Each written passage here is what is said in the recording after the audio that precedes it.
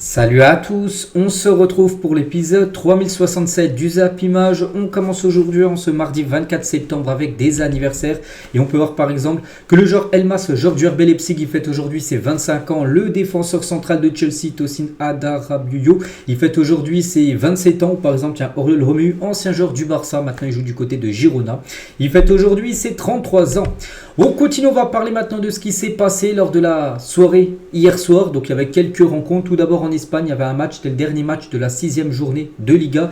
Le Betis Séville contre l'équipe de Mallorca, c'est Mallorca qui s'est imposé 2-1 lors de cette rencontre. À noter que le Betis Séville menait 1-0 grâce à Lo Celso, magnifique but de Lo Celso.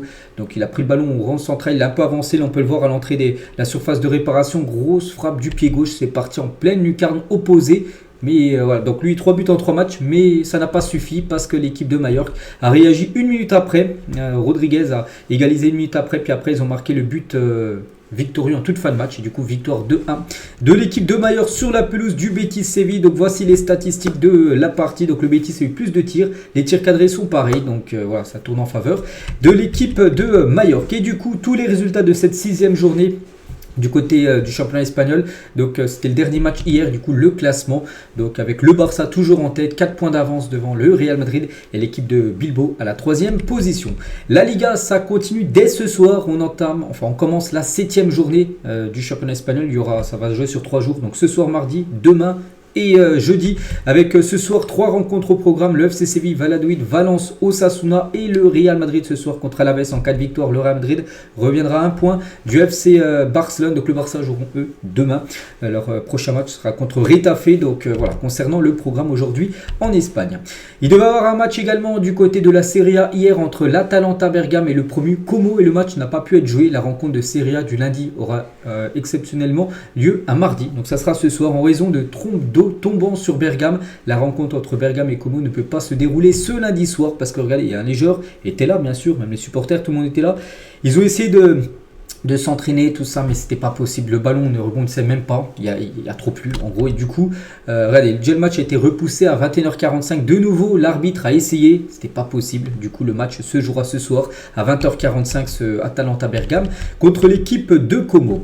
Toujours en Italie ce soir, il y a de la Coupe d'Italie. C'est pas de la Serie A, avec par exemple Lecce Sassuolo, Cagliari contre Cremonese et le Torino contre Empoli. Voilà, 3 rencontres ce soir pour de la Coupe d'Italie. Il y a également de la Ligue 2 ce soir avec une grosse journée. Je sais pas, tiens, Metz contre l'équipe de Martigues. Lorient ira défier l'équipe du Pau FC. Ou l'équipe de Troyes, bon dernier, ira défier l'équipe de Annecy. Chercher l'équipe de Bastia, parce que Bastia, c'est actuellement les leaders, ceux des places du côté de Dunkerque, là c'est l'opposé. Dunkerque c'est dans le nord de la France, Bastia c'est en Corse. C'est un long déplacement, mais voilà, toutes ces rencontres, on peut dire qu'on parlera bien sûr demain. Il y a également des matchs du côté de l'Angleterre, c'est pas de la Première Ligue, c'est de l'EFL Cup, de la Coupe de la Ligue anglaise, avec Chelsea qui joue ce soir à 20h45 contre Barrow. Manchester City reçoit l'équipe de Watford, il y aura Leicester contre Walsall. Et Aston Villa ira défier l'équipe de Wycombe. Voilà, donc 4 rencontres. Ça se jouera également demain et jeudi en EFL Cup. Du côté de l'Angleterre, et nous on revient sur Manchester City qui a concédé le match 1 à City. Les gars, ils ont quand même joué dimanche. Avant-hier, ils jouent dès ce soir. C'est vrai que là, ça enchaîne. C'est des matchs tous les 3 jours pour Manchester City. Et Rodri qui s'est blessé lors du match contre Arsenal. Non, c'est un peu plus ça. Et Rodri possiblement victime d'une rupture des ligaments. C'est pas encore confirmé à 100%. Mais voilà, si les infos sortent en gros que ça devrait être ça, et ben ça sent pas bon. Donc l'Espagnol pourrait être absent de longs mois. Il avait récemment exprimé son mécontentement quant au rythme effréné imposé aux joueurs ces dernières années. Il voulait même faire grève. Et c'est vrai qu'il y a plusieurs joueurs aussi qui avaient dit ça par rapport au calendrier chargé, il faut faire grève. Jules Koundé, il y a eu lui, il y a eu d'autres joueurs. Et c'est vrai que voilà, Rodri, c'est pas sûr, mais normalement c'est les ligaments croisés. C'est bien sûr une catastrophe pour l'équipe de Manchester City parce que Rodri, c'est le poumon bien sûr au milieu de terrain. Et voilà, si c'est les ligaments croisés, c'est fin de saison pour lui, il reviendrait début de saison prochaine. Ce serait bien sûr une catastrophe. Donc comme je dis, c'est pas encore sûr à 100%. Mais on se dirige vers cette grave blessure. Et toujours avec Manchester City, on revient sur le match 2-2 contre Arsenal avant-hier. Et Bernardo Silva, il allume Arsenal après le 2-2 entre les deux équipes avant-hier. Il a dit la différence entre la rivalité avec Arsenal et Liverpool pour City. Il a dit peut-être que Liverpool a déjà gagné une première ligue et Arsenal non. Que Liverpool a gagné une Ligue des Champions et Arsenal non. Donc là, il parle bien sûr des dernières années. Et que Liverpool nous affronte toujours en essayant de gagner le match alors qu'Arsenal non. Arsenal, vraiment, ils ont joué en défendant après. Voilà, ils avaient déjà un joueur en moins pour la deuxième mi-temps. mi-temps, c'est vrai qu'ils n'avaient pas le choix. Ils n'ont même pas fait la moindre frappe en deuxième période. Mais il dit que voilà, en gros pour City, vraiment leur gros rival reste Liverpool et non Arsenal. Parce qu'Arsenal, quand ils jouent contre City, ils essaient pas de gagner. Alors que Liverpool, quand ils jouent contre City, eux essayent de gagner contre Manchester City. Donc voilà ce qu'il a pu dire. On est énervé bien sûr Bernardo parce qu'il n'a pas réussi à gagner, on va dire, ce match contre les Gunners avant-hier. Et l'altercation entre Erling Haaland et Gabriel Jesus, qui est ancien joueur de Manchester City, à la fin de City Arsenal. Donc Haaland à Arteta, il a dit reste humble. Hein. Gabriel Jesus, il a dit à Haaland viens. Haaland, il a dit quoi. Donc viens, pourquoi tu parles, à parler de quoi, je ne parle pas, t'es un clown en gros. Voilà, ne me touche pas. En gros, c'était très chaud entre les deux. Voilà, entre Gabriel Jesus et Erling Haaland. N'oubliez pas que Jesus avait quitté Manchester City pour l'Arsenal parce qu'Haaland arrivait. C'est pour ça il devait partir. Peut-être pour ça Gabriel Jesus encore en travers la gorge qu'il a dû quitter Manchester City parce qu'Erling Haaland est arrivé au club il y a maintenant 2 ans. Les ex, on compare les deux, c'est qu'il n'y a pas photo. Niveau statistique, les deux sont même nombre de buts inscrits en Première Ligue, 73 pour les deux. Mais voilà, Haaland c'est en 71 matchs et Gabriel Jesus c'est en 215 matchs, son cumul, Manchester City plus Arsenal, donc en 3 fois match de plus joué que Erling Haaland. Donc voilà, il n'y a pas photo au niveau statistique avec les deux. Et toujours avec Erling Haaland, après le 2 partout, vous savez, ils ont égalisé en toute fin de match grâce à John Stone. Il a pris le ballon dans les cages, je ne sais pas si vous avez vu la vidéo, et en gros il a pris le ballon, il l'a balancé sur la tête de Gabriel qui était dégoûté, Gabriel qui avait mis son maillot sur sa tête, mais voilà, Haaland bien sûr il l'a chambré jusqu'au bout. Et toujours sur ce match aussi, une info complètement folle les gars, concernant Kai Havertz et Jurrien Timber, n'ont réussi aucune passe face à Manchester City avant-hier. 0 passe réussie, c'est ça, ils en ont tenté, une ou deux, je sais pas combien de temps ils ont tenté de passe, mais elles ont toutes été loupées. Une première depuis 2003 pour un joueur de champ en Première Ligue. Ils ont joué quand même 4 à 9 minutes, peut-être il y en a qui se disent oui, ils ont joué peut-être une vingtaine de minutes, ça non, ils ont joué quasiment le match entier et ils n'ont pas réussi une seule passe. Voilà, donc que des passes loupées. Donc, voilà, c'était jamais arrivé dans l'histoire de la Première Ligue. Un, voire même maintenant 2 joueurs de champ réalisent aucune passe. Bref, on continue, on va parler maintenant du côté du FC Barcelone. Vous savez que le Barça actuellement ça tourne très bien en Liga, que des victoires, mais ils ont perdu très gros lors du match contre Villarreal. Ils ont perdu Ter Stegen et c'est bien officiel. Ter Stegen, une rupture complète du tendon rotulien du genou droit. Donc c'est pas les ligaments croisés, mais voilà, c'est tout aussi grave. Donc voilà, c'est une catastrophe. Il a été opéré hier, il a été opéré. L'opération s'est très bien passée. Maintenant, rétablissement. Donc il devrait revenir les gars 7 à 8 mois. Donc 8 mois, on est quasiment au printemps 2025. Mars, avril, voilà, il devrait revenir dans ces eaux-là. C'est bien sûr une catastrophe, il va louper toute la saison du côté du FC Barcelone. Donc Ter Stegen, c'est qu'il a été beaucoup critiqué par rapport à son match contre Monaco, mais c'est un gardien qu'il a déjà depuis longtemps et c'est un gardien plutôt fiable quand même du côté du FC Barcelone. Donc le Barça maintenant n'a pas le choix, soit garder Iñaki Peña qui est très fiable je trouve, enfin pas fiable plutôt mais très inquiétant, voilà, parce que je trouve pas qu'il est super bon au poste de gardien de but, ou recruter un autre gardien. Et déjà, par exemple, il y a un gardien comme Thibaut Courtois, il lui envoie de la force, il a dit « Je suis désolé pour ta blessure, ça m'a fait très mal de te voir quitter le terrain comme ça. J'espère que tu pourras bientôt récupérer et que nous te reverrons dans les buts, bien sûr, pour le futur. » Et il y a des gardiens qui sont, qu'on dit, ouais, eux seraient OP pour aller du côté du FC Barcelone, comme Claudio Bravo, ancien gardien du Barça, donc 41 ans, et tout juste retraité. Il y a quelques semaines, il avait annoncé sa retraite, mais il est prêt à sortir de sa retraite pour revenir et aider bien sûr le club où il avait joué dans le passé. Il a dit si Barcelone m'appelle, je suis prêt. Donc le Barça sait, et il est intéressant parce qu'il est libre, de toute façon il est en retrait, donc il est libre, mais il peut revenir du côté du Barça. Et Keylor Navas aussi est libre, donc est ouvert à l'idée de signer au Barça, donc libre de tout contrat. L'ex-gardien du PSG ou du Real Madrid est prêt à venir pallier l'absence de Ter Stegen, donc c'est vrai qu'il a joué au Real, mais il pourrait peut-être jouer du côté du Barça. Donc on verra, parce que peut-être le Barça va garder Iñaki Peña, mais ça se peut qu'ils aillent chercher un autre gardien. Voici tous les gardiens actuellement libres. Il y a Sergio Rico également,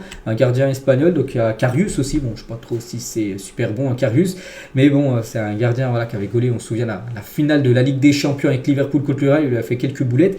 Bon bref, voilà, il y a quelques gardiens, on verra ce que va décider maintenant le FC Barcelone pour remplacer Ter Stegen, parce que ça c'est comme le gros coup dur pour le Barça du dernier week-end. Et c'est que du côté du FC Barcelone, il y a quand même beaucoup de joueurs blessés. Donc voici tous les joueurs blessés actuellement. Donc il y a Gavi, blessé depuis novembre 2023. Il devrait revenir là d'ici quelques semaines, voilà, un an après quand même. Donc Araujo, lui, il devrait revenir janvier prochain. Donc il va louper toute la première partie de saison. Donc De Jong, il est blessé depuis le mois d'avril dernier, lors d'un classico contre le Real. Lui aussi, on ne sait pas. Normalement, il serait proche du retour, mais voilà, à chaque fois, il est proche. Et là, les médecins du Barça lui ont dit de se faire opérer, il n'a pas voulu. Donc à tout moment, il peut avoir une rechute de sa blessure à la cheville. Hein. Christensen devrait revenir d'ici 2 mois. Bernal blessé toute la saison, ligament croisé. Daniel Mo, donc lui, ça devrait être 5 semaines. Bon, 4 maintenant, il y a déjà une semaine qui a été passée. Fermin Lopez, donc lui, je crois que c'est blessé aussi quelques semaines. Et Ter Stegen, 8 mois. Voilà, c'est quand même une grosse catastrophe. Hein. Malgré tous ces joueurs blessés, le Barça quand même a fait du 6 sur 6 quand même en Liga, c'est quand même exceptionnel. Bref, on continue les gars, on va parler d'un joueur qui était blessé et il va revenir, c'est Camavinga qui sera de retour face à l'Atlético Madrid ce week-end. Donc ce soir il y a un match du Real, il ne jouera pas, mais pas qu'il est blessé depuis un mois, il avait loupé le rassemblement avec l'équipe de France au mois de septembre dernier, donc enfin on est toujours au mois de septembre, mais en début de septembre on va dire. Donc il devrait revenir pour le gros match contre l'Atlético dimanche, c'est le derby Atlético-Real. Il devrait faire son retour. Camavinga. Florian Thauvin est présélectionné avec l'équipe de France parce que l'équipe de France, là, d'ici 2 semaines, future trêve internationale, celle du mois d'octobre, il serait présélectionné. C'est pas sûr qu'il est dans le groupe, mais il pourrait être appelé, tout simplement, Florian Thauvin. Donc la dernière fois qu'il avait été appelé, c'était en juin 2019, donc il y a 5 ans. C'était un match face à Andorre. Voilà, donc depuis, il n'a jamais été rappelé. Vu qu'il fait un gros début de saison, il a marqué 3 buts et une passe en Serie A avec Udinese. Il y a peut-être des chances de le voir dans la liste de Deschamps. Officiel, Carlo Ancelotti annonce que Ferland Mendy a prolongé jusqu'en 2027 avec le Real Madrid. Vous aimez bien ce joueur? Enfin, c'est une question de footballogue. Oui, bien sûr, moi je le trouve très très bon. Et c'est pour ça qu'il a prolongé du côté du Real. Et le Real pour avoir 2 gros défenseurs gauche saison dernière avec Ferland Mendy qui va rester vu qu'il a prolongé, et Alphonso Davids qui devrait arriver libre en provenance du Bayern Munich. Les affluences de la 5e journée de Ligue 1, donc où il y avait le plus de monde, c'était lors de l'Olympico, avec cette clim en toute fin de match de Jonathan Reu. Donc il y avait plus de 53 228 supporters de l'Olympique Lyonnais lors de cette rencontre, vu qu'il n'y a pas de supporters de Marseille, parce que le parcage visiteur était fermé pour cette rencontre. Bon, il y a peut-être des supporters de Marseille dans le stade, mais voilà, ils sont fait discrets, on va dire, pour éviter de se faire embrouiller par les supporters de Lyon, surtout vu la fin de match. Donc à Lille, il y avait aussi pas mal de monde. Voilà, on peut voir à Monaco, c'est où il y avait le moins de monde, seulement 6000 personnes étaient présentes pour assister à la rencontre de l'ASM. La commission de discipline saisie pour Mehdi Benatia, ses déclarations et ses théories complotistes lui sont reprochés parce que Benatia, je ne sais pas si vous avez entendu ce qu'il a dit après le match contre Lyon, en parlant de Benoît Bastien, en gros que c'est un arbitre qui n'aime pas l'Olympique de Marseille. Quand il a su que c'était lui qui arbitrait l'Olympico, il était très préoccupé par ça, tout ça. On a pu voir que Marseille a pris un rouge au bout de 5 minutes de jeu. Et pour Benatia, c'est pas passé. Du coup, la commission de discipline, les gars, convoque tout simplement Mehdi Benatia. Et Landreau condamne les propos de Mehdi Benatia et indique que Benoît Bastien est l'un des meilleurs arbitres français et européens. Donc voilà ce qu'il a pu dire Landreau. Et Ludovic Aubragnac sur la chaîne L'équipe recadre Mehdi Benatia après ses propos tenus contre l'arbitrage. Il a dit il va trop loin clairement. Tu peux être en colère et faire preuve de classe. L'OM, c'est quand même un certain standing. On est sur une colère mal maîtrisée. On ne peut pas expliquer aux supporters toute l'année que la violence c'est pas bien et puis donner de tels exemples. Voilà, donc il a été recadré par pas mal de personnes par rapport à ses propos qu'il a pu dire Benatia par rapport à Benoît Bastien qui a arbitré le dernier Olympico. Et pour revenir les gars sur ce match quand même qui était complètement fou, j'en ai pas mal parlé hier, mais on va revenir quand même sur ce coaching de fou de Roberto De Zerbi avant-hier. À la 46e, il fait entrer Paul Lirola. 23 minutes après, il marque un Paul Lirola. Et pas sur D aussi, il y a sur Ulysse Garcia qui est rentré à la 67e minute de jeu et 15 minutes après, il est buteur. Et Jonathan Reu, il rentre à la 79e minute et 16 minutes plus tard, Jonathan Reu marque. Donc c'est quand même incroyable le coaching de Roberto De Zerbi. Valentin Rongier, lui qui a commencé titulaire, il a dit, le coach va encore le dire, beaucoup de choses sont perfectibles. Il dit qu'on est à 40 voire 50% de notre potentiel, que Marseille peut encore énormément progresser d'après Roberto De Zerbi. Et je pense qu'il a raison. Maintenant, quelque chose est en train de se créer, ce n'est pas anodin si ce sont les 3 entrants qui marquent. Si on va chercher cette victoire à 10 contre 11, en gros qu'il se passe quelque chose tout simplement du côté de Marseille. Et pour Daniel Riolo, donc lui il estime que l'OM et Monaco peuvent jouer le titre avec bien sûr le Paris Saint-Germain. Donc l'OM a envoyé un autre message hier soir sur ce que je vois. Je pense qu'il y a matière pour l'OM et Monaco.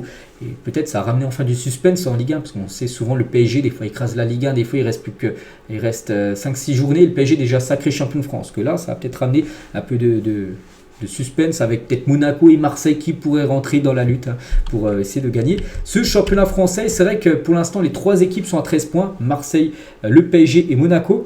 Et en gros quand les équipes ont 13 points au bout de 5 matchs, et ben souvent elles finissent très haut. Par exemple, je sais pas, la dernière fois en 2022-2023 il y a même 4 équipes qui étaient à 13 points. Donc il y a le PSG, Lens 13 points, Marseille 13 points et Lyon 13 points. Donc le PSG avait fini premier, Lens avait fini deuxième, Marseille avait fini troisième. Alors qu'ils avaient 13 points au bout des 3 premières journées, ce qui est le cas actuellement. Bon, Lyon avait fini à la 7e position en fin de saison. 2021-2022, pareil, PSG, ils avaient même 15 points le PSG, mais ils avaient fini premier. Et Marseille 13 points, ils avaient fini deuxième. Donc voilà, quand tu as déjà 13 points au bout de 5 matchs, souvent tu finis au moins dans le top 5 de la Ligue 1. Donc voilà, pour le PSG, Monaco et Marseille. Si ça continue à prendre des points comme ça, bien sûr, ça sera le podium en fin de saison. Et toujours, du côté de l'OM, donc la une du journal L'équipe aujourd'hui, un canon à 3 voix. Donc à égalité de points avec le PSG, Monaco en tête de la Ligue 1, l'OM profite de la bonne entente entre l'entraîneur Roberto De Zerbi, le président Longoria et son conseiller Mehdi Benatia, où pour l'instant, tout se passe bien, on peut dire, du côté de Marseille, toujours invaincu. Cette équipe de l'OM, alors qu'on est quasiment au mois d'octobre. Le petit lapsus de Jordan Verretou hier, c'était avant-hier, après la défaite de Lyon, tuait l'Olympique de Lyonnais, parce qu'il jouait à l'Olympique de Marseille, parce qu'on dit l'Olympique de Marseille et l'Olympique lyonnais. Il n'y a pas le 2 entre Olympique et Lyonnais, donc voilà, il s'est un petit peu tout chamboulé quand il a dit, quand il était en conférence de presse, Jordan Verretou. Voilà ce qu'il avait à dire sur cet Olympico qui a été complètement fou. On continue, on va parler de l'équipe d'Everton et c'est officiel, le groupe Friedkin, donc c'est une société américaine, rachète la quasi-totalité des parts d'Everton. Le groupe américain propriétaire de l'AS Cannes et de l'AS Roma va investir 500 millions d'euros pour réduire notamment les dettes du club. Voilà, donc il y avait John Textor, le propriétaire de Lyon, qui voulait l'acheter, et du coup il a été doublé par ce groupe américain Friedkin, du coup qui rachète, et c'est officiel, la quasi-totalité des parts d'Everton. On va parler, les gars, de propos scandaleux quand même, ça c'est inacceptable quand même, de Paco Roig, ancien président de Valence, du côté de l'Espagne. Il a dit: le Real Madrid a un joueur espagnol, 2 blancs étrangers et 8 noirs. Je les appelle le Real migrant. On espère qu'il va être sanctionné, bien sûr, cet ancien président de Valence, parce que c'est inacceptable, bien sûr, de tenir des propos comme ça. On va parler de Kevin Danso, donc ce défenseur lensois. N'oubliez pas que ce joueur, les gars, avait failli aller du côté de l'AS Roma, et du coup, ça s'est pas fait parce que, en gros, la visite médicale a échoué. Donc depuis là, il est blessé, comme sur les 4 derniers matchs. Donc le dernier match qu'il avait joué, c'était le 25, il y a un mois à peu près, il y a un mois et un jour, le 25 août, où il avait joué à Lens-Brest, où il avait joué le match entier.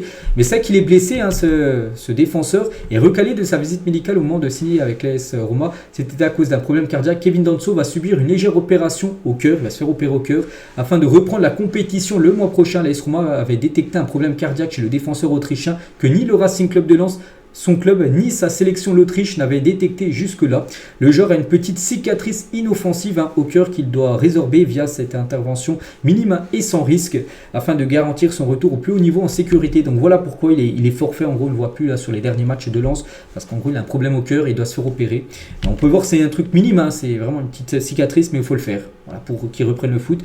Donc voilà, on pourra le revoir, parce qu'après il faudra le temps qu'il revienne.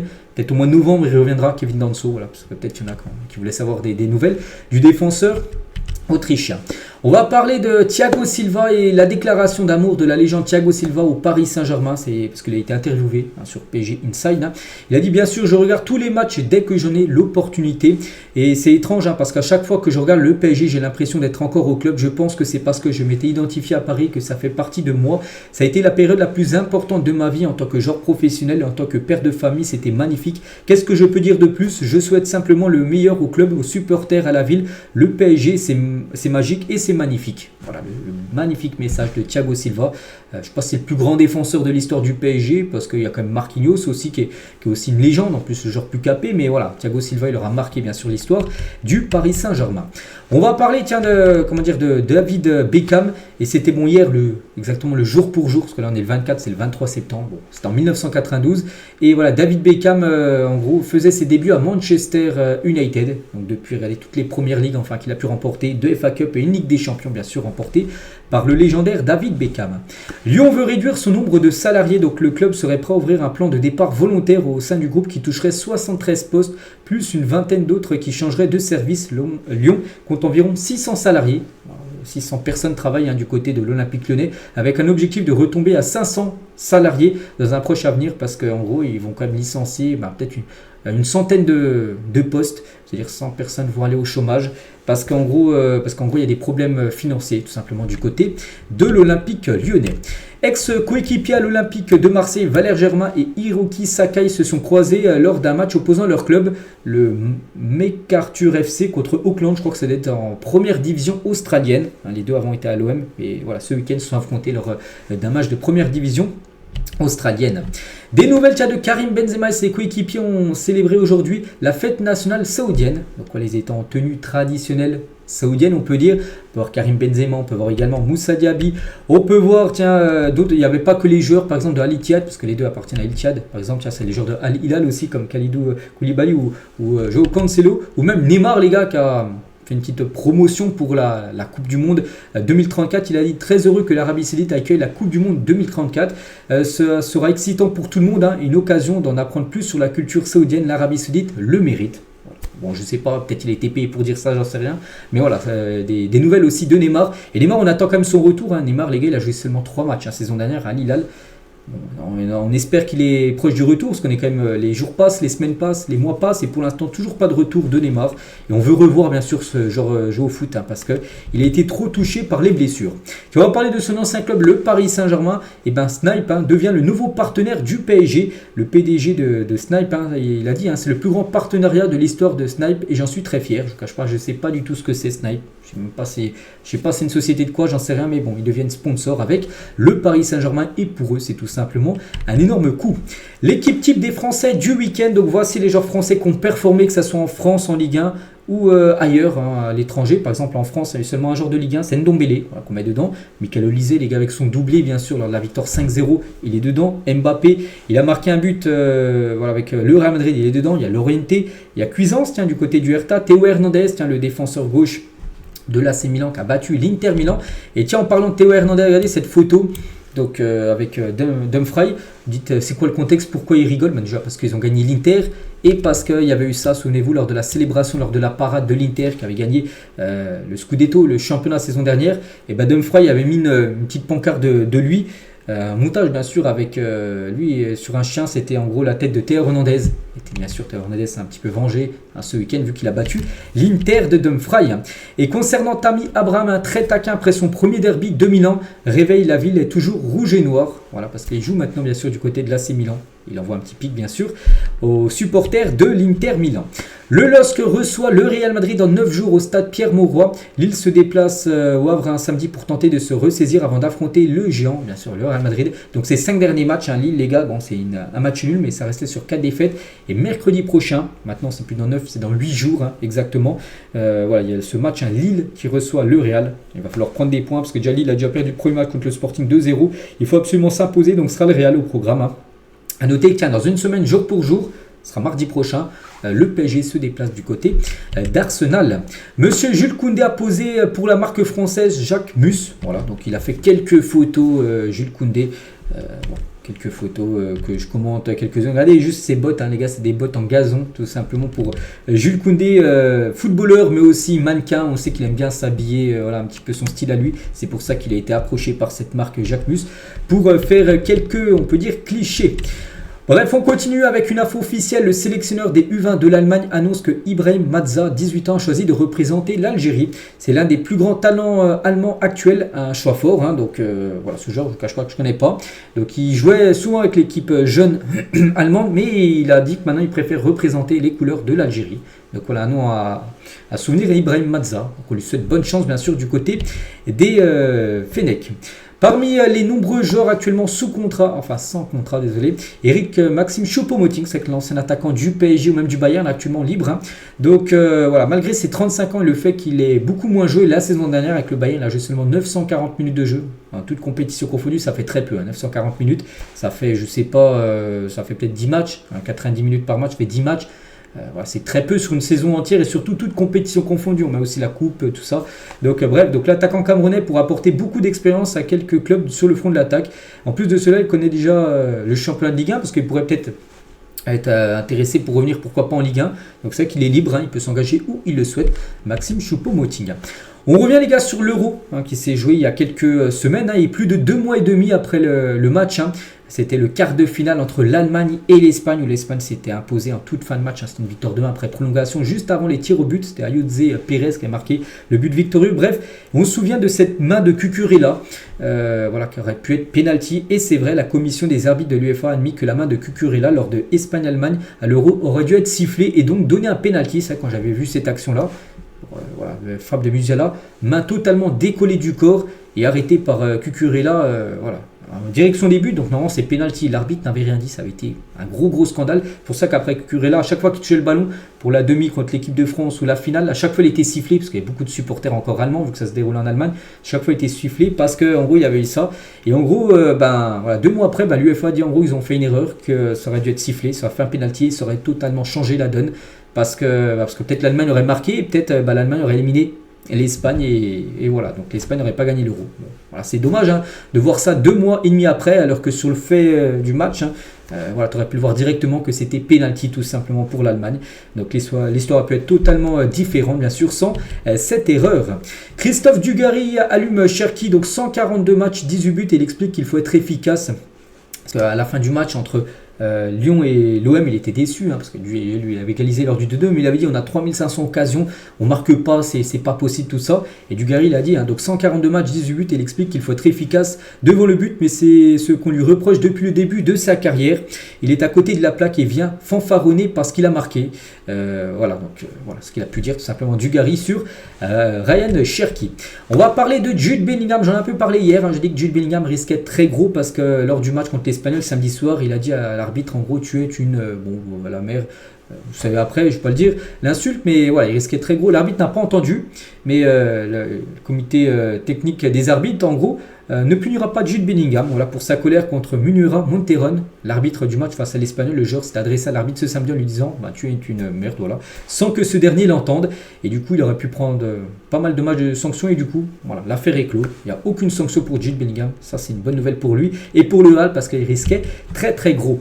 Tiens, toujours du côté du Real Madrid et Vini les gars, et c'est pas encore officiel parce que ce sera officiel dans 1 mois et 4 jours, le 28 octobre prochain, mais Vini sera bien le Ballon d'Or 2024, je le répète déjà depuis pas mal de temps, depuis la victoire du Real en Ligue des Champions. Il a été buteur en finale, pour moi ça c'était sûr, c'était lui, et ça se confirme, le Brésilien sait déjà, il le sait déjà les gars, qu'il sera sacré le 28 octobre, peut-être déjà France Football l'a déjà contacté, j'en sais rien, pour lui dire que ça sera lui, parce que regardez, ça fait la une aujourd'hui de journal Marca, tous les chemins mènent alors, titre Marca ce mardi pour Vini, environ 1 mois de la cérémonie du Ballon d'Or qui aura lieu, j'ai dit, le 28 octobre prochain. Donc ce sera bien Vini Junior qui sera le futur Ballon d'Or. Bon, lui c'est pour moi totalement mérité au vu de ce qu'il a fait lors de la saison dernière, mais c'est vrai que le Ballon d'Or a pu être décerné à d'autres joueurs parce qu'il y a plein d'autres joueurs qui auraient mérité. Carvajal, ça aurait été lui, ça n'aurait pas été un scandale. Bellingham, ça aurait été lui, ça n'aurait pas été un scandale. Je pense que Bellingham aurait gagné l'Euro, il aurait gagné le Ballon d'Or. Rodri aussi, Rodri au vu de ce qu'il a fait avec l'Espagne, il a gagné l'Euro, puis il a fait une belle saison avec Manchester City, il aurait aussi mérité. Mais voilà, le grand favori et celui qui devrait le remporter reste Vini Junior. Les premières images du possible futur Old Trafford qui pourra accueillir 100 000 spectateurs parce que du côté de Manchester United, ils veulent construire un nouveau stade. Je ne sais pas s'ils vont construire un nouveau stade ou améliorer le Old Trafford actuellement, mais voici à quoi pourrait ressembler le nouveau Old Trafford, tout simplement. Un stade de 100 000 places. Actuellement, il y a une capacité, à peu près vers 85 000 places, et voilà, ça pourrait passer à 100 000 places. Le stade bien sûr, du côté de Manchester United. Officiel, Philippe Diallo annonce être candidat à sa succession à la tête de la Fédération Française de Football. L'élection aura lieu le 14 décembre prochain, dans à peu près 2-3 mois. Bref, donc Philippe Diallo, il veut de nouveau être le président de la FFF. Et Diallo, tiens, hier il était sur la chaîne L'équipe, il a fait quelques interviews, quelques déclarations. Et tout d'abord, il défend le bilan de Didier Deschamps. Il a dit les résultats sont son meilleur bouclier face à certains défaitistes. Moi je veux toujours du changement. Moi je pense que Deschamps il a fait son temps, on le remercie par rapport à tout ce qu'il a apporté. Moi j'aimerais que l'équipe de France change parce que je pense que l'équipe de France va droit dans le mur lors de la prochaine Coupe du Monde. C'est mon ressenti, peut-être que tout le monde est con, pas du même avec moi, mais je pense que l'équipe de France floppera lors de la prochaine Coupe du Monde avec Didier Deschamps parce que maintenant son jeu est connu par cœur, par toutes les équipes, la façon de jouer bien sûr de Deschamps, mais bon c'est pas moi qui met les sélectionneurs, bref. Donc il n'y a pas aussi de lassitude vis-à-vis de l'équipe de France selon Philippe Diallo. Il a dit: je ne partage pas du tout cette analyse. On a fait une demi-finale de l'Euro 2 ans après une finale de Coupe du Monde. Nos résultats dans la durée sont exceptionnels, c'est vrai. C'est grâce à ça surtout que Deschamps est encore là, parce qu'il y a une demi-finale de l'Euro, malgré que la France a très mal joué. L'équipe de France n'aurait même pas dû sortir des poules, au vu des 3 matchs qu'elle a fait. Mais bon, voilà, à chaque fois, l'équipe de France arrive comme à aller loin. Mais voilà, je pense que, comme j'ai dit, l'équipe de France va droit dans le mur lors de la prochaine Coupe du Monde, où je pense qu'il y aura peut-être même une élimination dès les phases de poule. C'est jouable si la France continue à jouer, comme elle le fait là depuis pas mal de temps. Diallo aussi annonce qu'il étudiera la possibilité d'une Ligue 3 professionnelle, parce qu'actuellement, la Ligue 1, Ligue 2 et National 1, donc ça pourrait être une Ligue 3, en gros la 3e division. S'il est réélu à la tête de la FFF en décembre prochain, il a dit: je suis le président de tout le football français, le football pro rentre dans ce périmètre, mais c'est aussi 12 700 clubs amateurs qui sont l'ADN de la FFF. J'ai revalorisé les aides pour les championnats fédéraux, dont le National 1 qui rencontre des difficultés économiques. Donc si je suis réélu, j'ouvrirai le chantier pour voir dans quelles conditions il sera possible de créer une Ligue 3 professionnelle. Voilà. Parce qu'actuellement, la nationale, c'est surtout des clubs semi-pro. Il y a des clubs pro, il y a des clubs un peu amateurs en 3e division. Et voilà, en gros, si c'est une Ligue 3 professionnelle, c'est-à-dire que tous les clubs seront professionnels. Et il y aura plus de moyens financiers, bien sûr, pour toutes ces équipes. La Coupe de France aussi, pour être retouchée, selon Philippe Diallo, il a dit: une réflexion doit s'ouvrir sur son format, son calendrier. C'est l'épreuve la plus populaire en France. Et elle mérite d'être revisitée, sans toucher aux fondamentaux. Voilà, tu peux avoir un tout petit club qui affronte une énorme équipe, bien sûr. Mais il pourrait, je sais pas, changer quelques jeux. 2-3 trucs sur cette Coupe de France si il est de nouveau réélu. Donc voilà quelques déclarations de Philippe Diallo. Mais la grosse info reste quand même qui veut de nouveau être le président de la FFF. Donc l'élection, ça sera le 14 décembre prochain. Et tiens, en parlant de Didier Deschamps, soutenu par Philippe Diallo, officiel, Deschamps annoncera sa nouvelle liste jeudi, donc après-demain, les gars, ce sera le 26, à 14h pour les 2 prochains matchs. Il y aura un match contre Israël et un match contre la Belgique, le match retour déjà de Ligue des Nations. On revient un an jour pour jour en arrière, c'était le 24 septembre 2023 et c'était un classique français plutôt, voilà, parce que le classico c'est en Espagne, le classique on va dire. Le PSG au parc contre l'équipe de Marseille, donc le PSG avait corrigé l'Olympique de Marseille 4-0, dont ce magnifique but d'Achraf Hakimi, but sur coup franc. Le coup franc, enfin la balle était partie en pleine lucarne, donc Paul Lopez n'a rien pu faire. Et le PSG travaille pour une prolongation d'Achraf Hakimi. Les discussions ont déjà commencé avec le Marocain qui est considéré comme un joueur clé du projet du club de la capitale sur le long terme, d'après Fabrizio Romano, qui en parlait d'Hakimi avec son magnifique coup franc. Mais voilà, le PSG travaille pour prolonger le défenseur droit marocain. Des nouvelles de Lamine Yamal qui a pris un Uber et s'est fait reconnaître par le chauffeur qui lui a demandé une dédicace pour sa fille. Voilà. Maintenant, c'est une méga star, et même bien sûr, Lamine Yamal, il a fait une petite vidéo pour ce chauffeur de Uber. David Beckham, tu en as parlé un peu tout à l'heure, je ne sais pas pourquoi je l'ai mis là, j'aurais dû la regrouper avec tout à l'heure. Donc voilà, c'était par rapport qu'il y a 32 ans, jour pour jour, bien sûr, il faisait ses débuts à Manchester United à seulement 17 ans. La Coupe du Monde 2010, est-ce que c'est le prime du football? Peut-être un vainqueur, c'est l'Espagne. Donc le meilleur buteur Thomas Müller, le meilleur joueur Diego Forlán et le meilleur gardien Iker Casillas, un magnifique Coupe du Monde. Voilà, bon, la France avait floppé. À noter que l'Espagne, les gars, qui avait gagné quand même cette Coupe du Monde lors des 8e, ils avaient fait 8e, quart, demi-finale avec seulement à chaque fois une victoire 1-0. 4 matchs, une victoire 1-0, c'est fou. Et surtout, ils avaient commencé comme cette Coupe du Monde 2010 en perdant leur match d'ouverture contre la Suisse. Et ils avaient gagné la Coupe du Monde, un peu à l'image de l'Argentine qui avait perdu en 2022 contre l'Arabie Saoudite, le match d'ouverture de la Coupe du Monde. Ils avaient gagné à la fin le trophée. Les travaux d'Hansi Flick au Barça sont déjà colossaux, bien sûr. 16 buts sur les 3 derniers matchs. Et voilà, en Liga, bien sûr, on enlève le match contre Monaco, de 6 victoires en 6 matchs. Et pour l'instant, dans les 5 grosses ligues européennes, pour l'instant, il y a 2 équipes qui font le perfect. Donc il y a le Barça et il y a le Bayern Munich qui est également à 4 sur 4 en ce début de saison de Bundesliga. Et concernant le Barça qui jouera le 27 octobre prochain, dans 1 mois et 3 jours. Donc là, il va y avoir la trêve. Ensuite, le 20 octobre, il y aura un match contre Séville. Puis après, ça sera le match contre le Real Madrid. Et le Barça portera le logo de Coldplay sur son maillot lors du Classico Bernabéu. Parce qu'à chaque fois, lors des Classicos, le Barça avec Spotify, c'est un artiste en gros qui est sur le maillot, enfin son nom. Il y avait eu Rosalia, je sais plus, il y avait eu qui d'autre, il y avait les Rolling Stones un coup qui était la saison dernière sur le maillot du Barça. Là, ça sera Coldplay en gros qui sera sur le maillot du Barça lors du Classico prévu. Ça sera au Bernabéu, le match aller. Dans 1 mois, je dis le 27 octobre prochain. On continue les gars, Emiliano Sala, le regretté, hein, bien sûr Emiliano Sala. Donc l'affaire Salah n'est pas encore terminée. Cardiff réclame toujours 120 millions d'euros à Nantes. Hein. C'est fou. Hein. Cette somme a été calculée selon les pertes de revenus subies après la perte du joueur. En calculant ses expected goals et les expected points du club avec lui. Une nouvelle audience a lieu aujourd'hui à Nantes dans cette affaire. Hein. Vincent Tan, donc Tan, je sais pas comment ça se dit, propriétaire de Cardiff en 2023 déclarait: nous n'arrêterons pas, ce n'est le début, pas la fin. Donc c'est fou, hein, voilà ce qui s'est passé bien sûr avec Salah, le regretté, hein, bien sûr Salah, où il était décédé en 2019, ça va bientôt faire 5 ans, je crois que c'était en janvier, hein, avec un crash d'avion. Et Cardiff, hein, depuis, réclame quand même une somme folle, hein, 120 millions d'euros à l'équipe de Nantes par rapport à tout ça. Je lui ai dit que s'il aurait joué, ben voilà, Cardiff aurait réussi à se maintenir en première ligue, tout ça. Et du coup, Cardiff a déjà été contraint par la FIFA de payer au FC Nantes transfert à hauteur de 17 millions, parce que déjà il ne voulait pas payer le transfert. Et du coup, la FIFA, leur a dit, hein, déjà, vous devez payer ça. Et maintenant, Cardiff demande maintenant 120 millions d'euros au FC Nantes, voilà, pour l'affaire Emiliano Sala. Donc, c'est fou encore voilà, d'entacher sa mémoire par rapport à la guerre, on peut dire, qu'ils se font à la Cardiff et Nantes, hein, par rapport aux joueurs, ex-joueurs argentins qu'on pense, bien sûr, fort énormément à lui.